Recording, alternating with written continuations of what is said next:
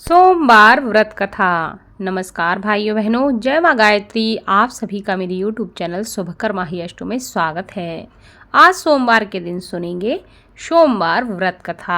आप सभी से विनम्र निवेदन है, अगर आप मेरे चैनल पर पहली बार आए हैं तो प्लीज वीडियो को लाइक, चैनल को सब्सक्राइब और वीडियो को ज्यादा से ज्यादा शेयर अवश्य करें, ताकि आपके साथ साथ आपके अपने भी भगवान शिव की इस सोमवार व्रत कथा को सुन सकें और लाभ प्राप्त कर सकें। आपके साथ आपके घर परिवार पर भगवान शिव की कृपा बनी रहे। सोमवार का दिन भगवान शंकर को समर्पित है। सोमवार के दिन भक्त भोलेनाथ को प्रसन्न करने के लिए विशेष पूजा अर्चना करते हैं। कुछ लोग आज के दिन व्रत भी रखते हैं ताकि भगवान शिव की विशेष कृपा उन्हें प्राप्त हो सके। बाबा भोलेनाथ के आशीर्वाद के लिए आप भी सोमवार का व्रत करें और सोमवार की कथा को अवश्य सुनें। भगवान शिव की कथा को सुनने से या सुनाने से भगवान शिव की विशेष कृपा प्राप्त होती है। प्राचीन कथा के अनुसार एक समय की बात है कि किसी नगर में एक साहूकार रहता था। उसके घर में धन की कोई कमी नहीं थी, लेकिन उसकी कोई संतान नहीं थी। इस कारण वह बहुत दुखी रहता था। पुत्र प्राप्ति के लिए वह प्रत्येक सोमवार का व्रत रखता था और पूरी श्रद्धा के साथ भगवान शिव के मंदिर जाकर भगवान शिव और माता गौरी की पूजा किया करता था। उसकी भक्ति को देखकर एक दिन माता पार्वती प्रसन्न हो गईं और भगवान शिव से उस साहूकार की मनोकामना को पूर्ण करने का आग्रह करने लगीं।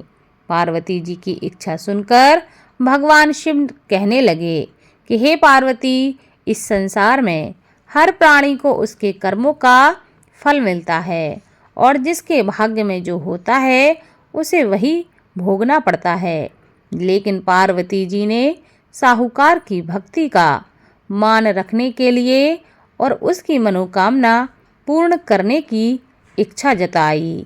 माता पार्वती के आग्रह पर भगवान शिव ने साहूकार को पुत्र प्राप्ति का वरदान दे दिया, लेकिन साथ ही यह भी कहा कि उसके बालक की आयु केवल 12 वर्ष हो गई। माता पार्वती और भगवान शिव की बातचीत वह साहूकार सुन रहा था। उसे ना तो इस बात की बहुत खुशी थी और ना ही बहुत दुख। वह पहले की भांति भगवान शिव की पूजा करता रहा। कुछ समय के बाद साहूकार के घर एक पुत्र का जन्म हुआ।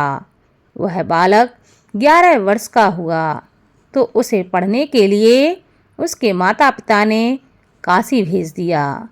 साहूकार ने पुत्र के मामा को बुलाकर उसे बहुत सारा धन दिया और कहा कि तुम इस बालक को काशी विद्या प्राप्ति के लिए ले जाओ और मार्ग में यज्ञ कराना। जहाँ भी यज्ञ कराओ वहाँ ब्राह्मणों को भोजन कराते जाना और दक्षिणा देते हुए ही जाना। दोनों मामा भांजे इसी तरह यज्ञ कराते और ब्राह्मणों को दान दक्षिणा देते काशी की ओर चल पड़े। रात में एक नगर पड़ा जहाँ नगर के राजा की कन्या का विवाह हो रहा था, लेकिन जिस राजकुमार से उसका विवाह होने वाला था वह एक आंख से काना था। राजकुमार के पिता ने अपने पुत्र के काना होने की बात को छुपाने के लिए एक चाल सोची। साहूकार के पुत्र को देखकर उसके मन में एक विचार आया।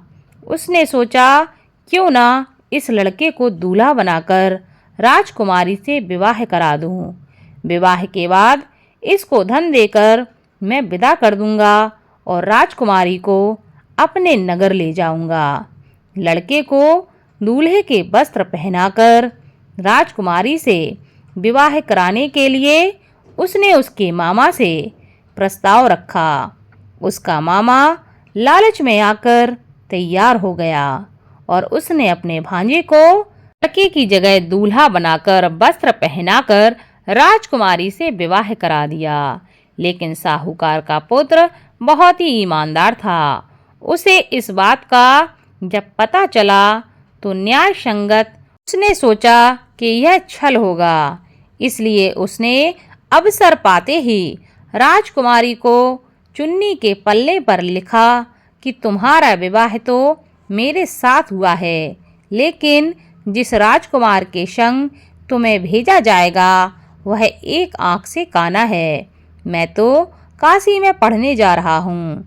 जब राजकुमारी ने चुनरी पर लिखी बातें पढ़ी तो उसने अपने माता पिता को यह सच्चाई बताई। राजा ने अपनी पुत्री को विदा नहीं किया, जिससे बारात वापस लौट गई। दूसरी ओर साहूकार का लड़का और उसका मामा काशी पहुँचे और वहां जाकर उन्होंने यज्ञ किया। जिस दिन लड़के की आयु 12 साल की हुई, उसी दिन यज्ञ रखा गया। लड़के ने अपने मामा से कहा कि मेरी तबीयत कुछ ठीक नहीं लग रही। मामा ने कहा कि तुम अंदर जाकर सो जाओ। भगवान शिव के वरदानुसार कुछ ही देर में उस बालक के प्राण निकल गए। मृत भांजे को देखकर उसके मामा ने विलाप करना शुरू कर दिया। संयोगवश उसी समय भगवान शिव और माता पार्वती उधर से जा रहे थे। पार्वती जी ने भगवान शिव से कहा कि हे स्वामी, मुझे इसके रोने के स्वर सहन नहीं हो रहा है। आप इस व्यक्ति के कष्ट को दूर कर दीजिए। जब भगवान शिव मृत बालक के समीप पहुँचे तो वह बोले कि यह उसी साहूकार का पुत्र है जिसे मैंने 12 वर्ष की आयु का वरदान दिया था। आज इसकी आयु पूरी हो चुकी है। लेकिन मातृभाव से विभोर माता पार्वती ने कहा कि हे महादेव, आप इस बालक को और आयु देने की कृपा करें, अन्यथा इसके वियोग में इसके माता पिता भी तड़प तड़प कर मर जाएंगे। माता पार्वती के आग्रह पर भगवान शिव ने उस लड़के को जीवित होने का वरदान दिया।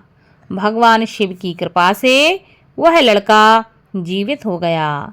शिक्षा समाप्त करके लड़का मामा के साथ अपने नगर की ओर चल दिया। दोनों चलते हुए उसी नगर में पहुँचे जहाँ उसका विवाह उस कन्या से हुआ था। उस नगर में भी उन्होंने यज्ञ का आयोजन किया। उस लड़के के ससुर ने उसे पहचान लिया और उसे अपने महल में लेकर आ गए और उसकी बहुत खातिरदारी की और अपनी पुत्री को विदा किया। इधर साहूकार और उसकी पत्नी भूखे प्यासे रहकर बेटे की प्रतीक्षा कर रहे थे। उन्होंने प्रण ले लिया था कि यदि उन्हें अपने बेटे की मृत्यु का समाचार मिला तो वह भी अपने प्राण त्याग देंगे। परंतु अपने बेटे के जीवित होने का समाचार पाकर वह बेहद प्रसन्न हुए। उसी रात भगवान शिव ने व्यापारी के स्वप्न में आकर कहा, हे श्रेष्ठी, मैंने तुम्हारे पुत्र को जीवन दान दिया है। मैं तुम्हारे सोमवार के व्रत करने और व्रत कथा सुनने से प्रसन्न होकर तुम्हें यह वरदान देता हूँ कि तुम्हारे पुत्र की आयु लंबी होगी। इसी प्रकार जो भी अपने पुत्र की लंबी आयु के लिए या अपनी मनोकामना के लिए इसी प्रकार जो भी सोमवार का व्रत करेगा और कथा को सुनेगा या कथा को पढ़ेगा, उसके सभी दुख दूर होंगे और उसकी समस्त मनोकामनाएं पूरी होगी। उसके जीवन में किसी भी प्रकार का कष्ट संकट नहीं रहेगा। इस प्रकार भगवान शिव ने उस व्यापारी के दुख को दूर किया। वैसे ही सबके दुख को दूर करना। बोलो भगवान शिव की जय।